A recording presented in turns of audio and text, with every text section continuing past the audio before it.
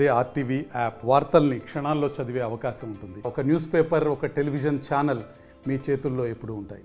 Gurudas Das Gupta CPI parliamentary party నాయకులు Reliance company ఎలా కొల్లగొడుతుందో ఆయన పార్లమెంట్లో ప్రశ్నించారు.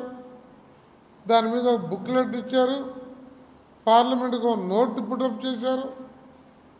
యావత్ దేశాన్ని ఆలోచన పెట్టినప్పటికీ కూడా పాలక కేంద్ర స్థాయి ప్రభుత్వాల యొక్క కొల్యూడు ఈ కార్పొరేట్ కంపెనీలతో కాంగ్రెస్ అయినా బీజేపీ అయినా వారు వ్యవహరించిన తీరు కారణంగా మనకు నష్టం జరిగింది.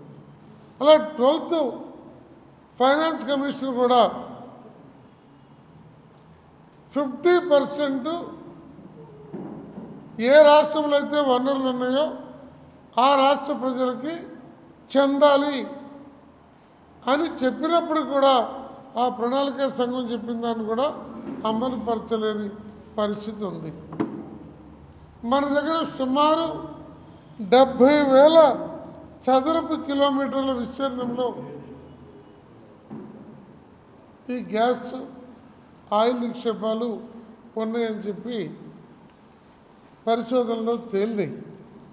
అలా తేలినటువంటి వాటిల్లో 28,000 చదరపు కిలోమీటర్ల విస్తీర్ణం మన భూమి మీద, అలాగే ఒక 42,000 చదరపు కిలోమీటర్ల విస్తీర్ణం సముద్ర గర్భంలో ఈ నిక్షేపాలు ఉంటే వాటిని వెలుగు తీసుకునే పరిస్థితిని ప్రైవేటు వాళ్ళకు కూడా ఇవ్వటం ఒక తప్పు అయితే ఆ ఇచ్చిన దాని మీద అదుపు లేని పరిస్థితి వచ్చింది.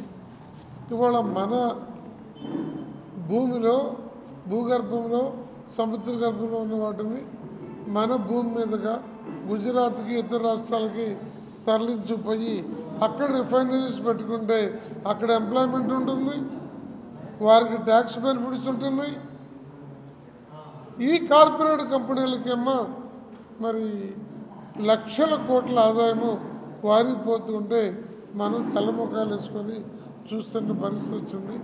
మన రాష్ట్ర యువతకి ఉద్యోగ అవకాశాలు లేకుండా పోతుంది.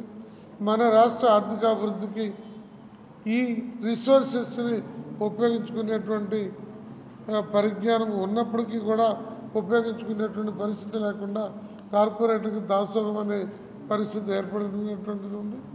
ఈ స్థితిలో మనం చూస్తున్నాం ఆ మధ్య నగరం లాంటి చోట్ల, ఇంకా పలు చోట్ల గ్యాస్ లీకేజ్ అయ్యి మనుషుల ప్రాణాలు పోయి, జంతువుల ప్రాణాలు పోయి, పండ్ల తోటలు పోయి, పంటలు పోయి నష్టము. ఇలాంటి విపత్కర పరిస్థితులేమో మనం అనుభవించాలి. మనకున్న రిసోర్సెస్ మీద ఆధారపడి పెట్టిన గ్యాస్ ఆధారిత విద్యుత్ పరిశ్రమలేమో గ్యాస్ ఇచ్చే పరిస్థితి లేకుండా అవి మూలన పడిపోయి ఉన్నాయి. ఇవాళ ఒక మాటలో చెప్పాలంటే మనకి కువైత్ లాంటి దాంట్లోనే ప్రొడ్యూస్ చేసేది 38 MMSCMD గ్యాస్ అయితే మన దగ్గర ఉన్నటువంటిది 40 MMSCMD మన బేసిన్లో ఉందని ఇప్పటికే పరిశోధనలో తెల్లబోయింది. మరి ఇన్ని లక్షల కోట్ల ఆదాయం వచ్చేటువంటి మార్గం 165 లక్షల కోట్ల విలువైనటువంటి నిక్షేపాలు మన దగ్గర ఉంటే వాటి ఇతరులు కొల్లగొట్టుకుపోతూ ఉంటే చూస్తూ ఉండటం సరైనది కాదని, దీని మీద ఎన్నో సంఘాలు, ఎంతోమంది మేధావులు గతంలో ప్రయత్నం చేశారు. ప్రజల తోడ్పాటు, రాజకీయ పార్టీల తోడ్పాటు సరైన రీతిలో అందక కొంతమంది నిరుత్సాహపడిపోయి దీన్ని పక్కన పెట్టినటువంటి వాళ్ళు కూడా ఉన్నారు. కానీ ఇంత విశిష్టమైనటువంటి సంపద ఉన్నటువంటి దానికి కేంద్రంగా విద్యకి, విజ్ఞానానికి, రాజకీయ పరిజ్ఞానానికి చైతన్యవంతమైనటువంటి ఈ కాకినాడ కేంద్రంగా రేపు 23వ తారీఖు మనం ఒక సదస్సు పెట్టి దాని నుండి భవిష్యత్తు కార్యక్రమాన్ని, కార్యాచరణని రూపొందిద్దామని, దీనికి సాధ్యమైనంత మేరకు పార్టీలకు అతీతంగా అందరిని కూడా ఆహ్వానించి తొలి దశలో ఇంటలెక్చువల్స్ని స్వచ్ఛంద సంస్థల్ని భాగస్వామ్యం చేసి ఆ తర్వాత రైతాంగాన్ని విద్యావంతుల్ని అన్ని వర్గాల ప్రజలను కూడా భాగస్వామ్యం చేసి ఒక దీర్ఘకాలికమైనటువంటి అవసరాన్ని బట్టి ప్రభుత్వం మీద కేంద్రం మీద ఒత్తిడి తీసుకొచ్చి మన రాష్ట్ర ప్రయోజనాలను కాపాడతామనేది ఈ ప్రయత్నానికి మీడియా మిత్రులతో పాటు అన్ని వర్గాల వారు తోడ్పడాలని చెప్పి ఈ సందర్భంగా కోరుతున్నాం.